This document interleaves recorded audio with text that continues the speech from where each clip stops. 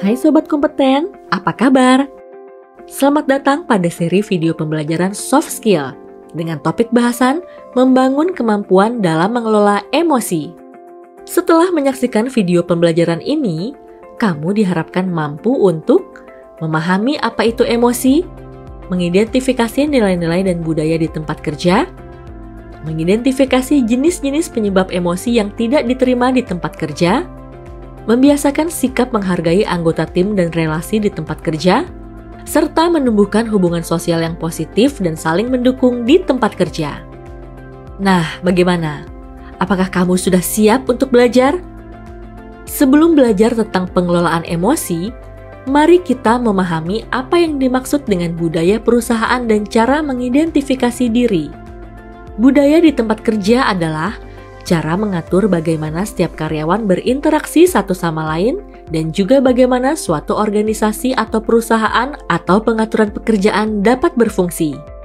Berikut adalah contoh budaya di tempat kerja.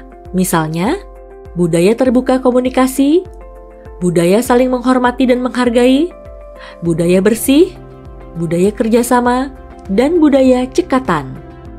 Nah, bagaimana dengan budaya di tempat kerja Anda? Apakah Anda sudah bisa menyebutkan apa saja budaya di tempat kerja Anda? Budaya perusahaan dibuat agar karyawan dapat menjalani peraturan perusahaan dengan baik. Namun, bagaimana jika peraturan tersebut dilanggar? Berikut adalah akibat jika peraturan di tempat kerja dilanggar.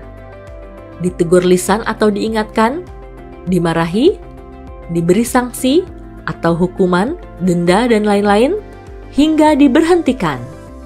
Penting untuk kamu mengetahui kekurangan diri kamu bila dibandingkan dengan tuntutan di tempat kerja Anda.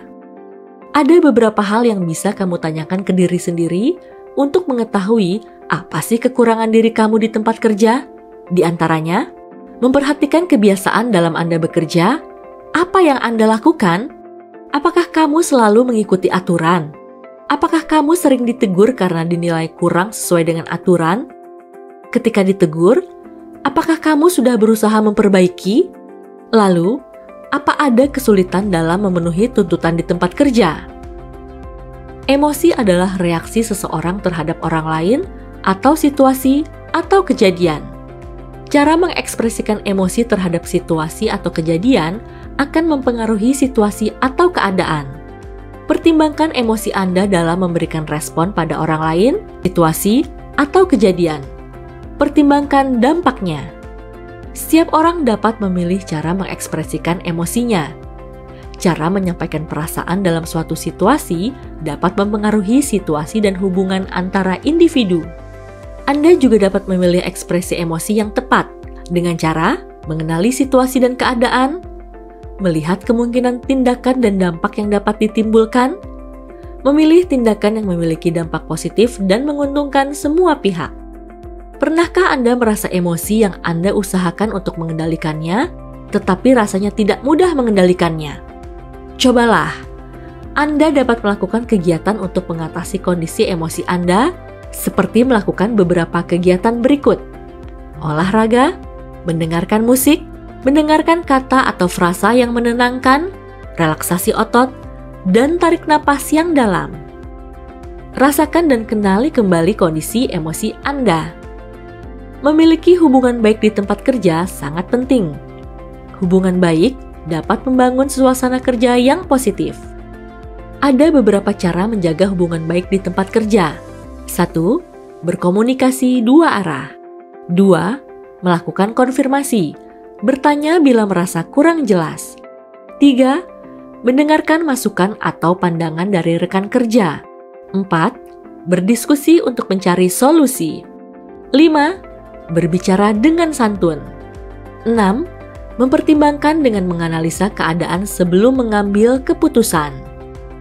Dengan Anda mampu mengelola emosi Anda dan merubahnya menjadi emosi positif, manfaatnya adalah meningkatkan kualitas hubungan baik di tempat kerja, menjaga situasi dan iklim kerja yang positif, meningkatkan kerjasama tim di tempat kerja, membangun hubungan kerja yang saling menghormati, dan meningkatkan rasa saling menghargai. Setelah kamu belajar tentang bagaimana cara mengelola emosi, Sekarang kamu dapat menilai dirimu sendiri tentang kebiasaan kamu dalam mengelola emosi sehari-hari dengan cara menjawab beberapa contoh pertanyaan di bawah ini. Bagaimana cara saya menyampaikan ketidaksukaan saya pada orang lain? Bagaimana saya menyampaikan kesedihan saya? Bagaimana saya merespons ketika orang mengkritik saya?